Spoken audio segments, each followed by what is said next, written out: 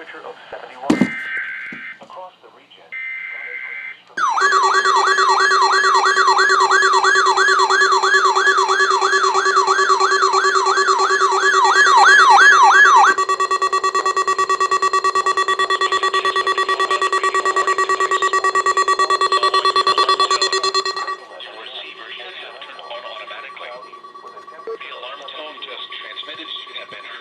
Operating receiver.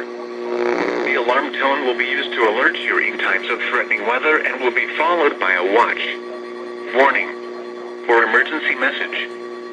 This test will be conducted each Wednesday between 11 a.m. and noon, unless hazardous weather threatens. The test will then be postponed until the first good weather day. Once again, this has been a test of the NOAA weather radio warning device.